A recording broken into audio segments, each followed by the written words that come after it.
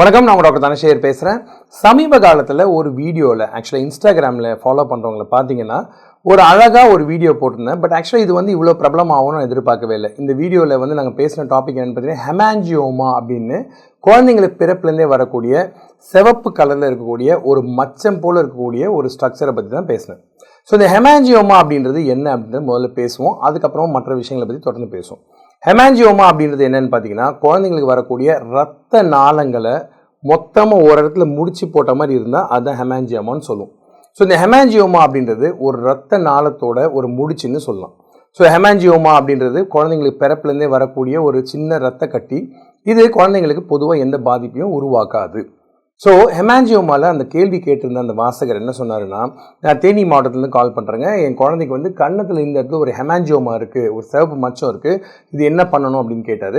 அவர்கிட்ட நான் சொன்னது தான், இந்த ஹெமாஞ்சியோமான்றது பொதுவாக எந்த பிரச்சனையும் உருவாக்காது. காலப்போக்கில் ஒரு குழந்தைக்கு 1.5 வயசில் கம்ப்ளீட்டாக அது போயிடும். சில குழந்தைங்களுக்கு 2-2.5 வயசு வரைக்கும் இருக்கலாம் அப்படின்னு சொன்னேன். ஆக்சுவலி இந்த ஹெமாஞ்சியோமாவில் பல வகையான டைப்ஸ் இருக்குது. மொதல் ஹெமாஞ்சியோமா பேர் கெப்பிலரி ஹெமாஞ்சியோமான்னு சொல்லுவாங்க. இது ஒரு இன்ட்ரெஸ்டிங்கான கதை ஒன்று இருக்குது. குழந்தைங்களுக்கு பொதுவாக பார்த்திங்கன்னா மொட்டை அடித்த உடனே இந்த பகுதியில் இந்த ஹெமாஞ்சியோமா தெரியும். இதை பார்த்துட்டு எங்கள் குழந்தைக்கு தலையில் சிவப்பு கலரில் மச்சம் ஒன்று இருக்குதுன்னு சொல்லி குழந்தைங்களுக்கு கூட்டிகிட்டு வந்து என்கிட்ட காட்டுவாங்க.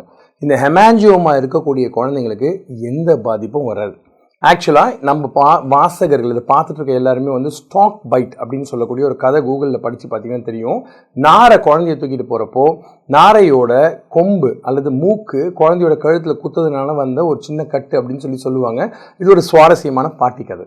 ஸோ இது பேர் வந்து கெப்பிலரி ஹெமாஞ்சியோமா. ரெண்டாவது டைப் ஹெமாஞ்சியோமா பேர் ஸ்ட்ராபெரி ஹெமாஞ்சியோமான்னு சொல்லுவோம். ஸ்ட்ராபெரி பழம் போலவே இருக்கக்கூடிய இந்த ஹெமாஞ்சியோமா குழந்தைங்களுக்கு எந்த பகுதியில் வேணால் வரலாங்க. ஸோ இந்த மாதிரி வந்துச்சு அப்படின்னா நீங்கள் என்ன பண்ணணும்னு கேட்டிங்கன்னா, பொதுவாக அந்த ஹெமாஞ்சியோமா என்ன ஆகும்னா கொஞ்சம் கொஞ்சமாக பெருசாகி ஒரு 1.5 வயசு 2 வயசில் சுருங்க ஆரம்பிச்சிடும். இந்த ஹெமாஞ்சியோமாவோட எட்ஜஸ் வட்ட வடிவத்தில் பார்த்தீங்கன்னா வெள்ளை கலரில் மாறி அது அப்படியே சுருங்கி மறைஞ்சிடும். ஸோ இந்த ஹெமாஞ்சியோமாவுக்கு ட்ரீட்மெண்ட் பண்ணுமா? தேவை இல்லை.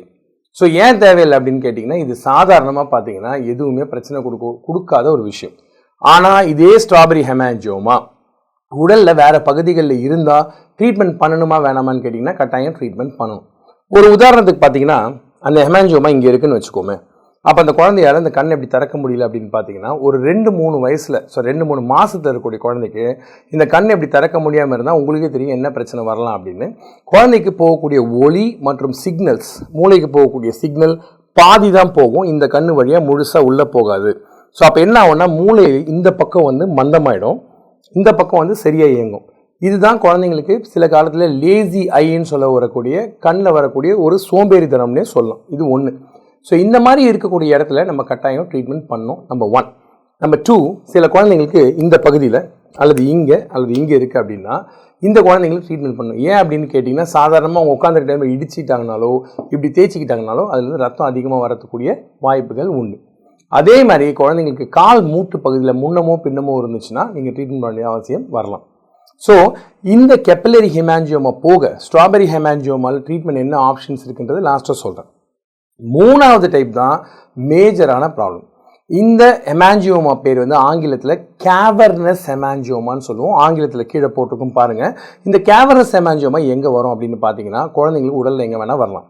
பொதுவாகவே பார்த்தீங்கன்னா லிவரில் வரக்கூடிய இந்த கேவர்னஸ் ஹெமாஞ்சியோமா ஒரு ஆங்கிலத்தில் ஒரு சிண்ட்ரோம் இருக்குது. பட் அது ஆக்சுவலாக பொதுமக்களுக்கு தேவை கிடையாது. அந்த மாதிரி வந்தால் அது ஒரு ரேரான கண்டிஷன். அந்த ரேரான கண்டிஷனில் குழந்தைங்களுக்கு வந்து பேசிக்காக ஹெமாஞ்சியோமானால பாதிப்புகள் வரலாம். ஸோ இதுதான் 3. ஸோ நம்ம இதை டிஸ்கஸ் பண்ண விஷயங்களில் கெப்பிலரி ஹெமாஞ்சியோமாவில் ப்ராப்ளம் இல்லை. கேவர்னஸ் ஹெமாஞ்சியோமா மெடிக்கலாக நீங்கள் ட்ரீட்மெண்ட் பண்ணக்கூடிய விஷயம், அது வேறு டிஸ்கஷனுக்கு வேண்டாம்.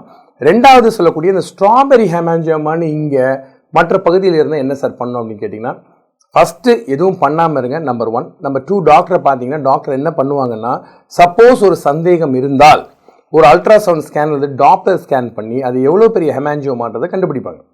ஹெமாஞ்சியோமா சைஸை கண்டுபிடிச்ச பிறகு அதுக்கு ட்ரீட்மெண்ட் வேண்டுமா இல்லையான்னு டிசைட் பண்ண பல விஷயங்களில் சில மருந்துகளை பற்றி மட்டும் சொல்கிறேன். பீட்டா பிளாக்கர் அப்படின்னு ஒரு மருந்து இருக்குது. இந்த பீட்டா பிளாக்கர் என்ன பண்ணணும்னு பார்த்தீங்கன்னா, உங்களுடைய இதய துடிப்பை ஸ்லோ பண்ணக்கூடிய ஒரு மருந்து. மற்றும் இதோட சைடு எஃபெக்டில் என்ன ஆகும்னு பார்த்தீங்கன்னா, இந்த ஹெமாஞ்சியோமாவை சுருக்கக்கூடிய தன்மையை அது கொடுக்குது.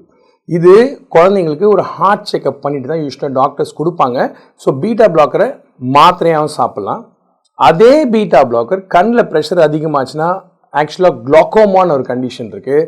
அதுக்கு ஒரு ஐ ட்ராப்ஸ் யூஸ் பண்ணுவாங்க. அந்த ட்ராப்ஸ் எடுத்தோம் அந்த ஹெமாஞ்சியோமா மேலே தடவலாம். ஸோ இது ரெண்டாவது.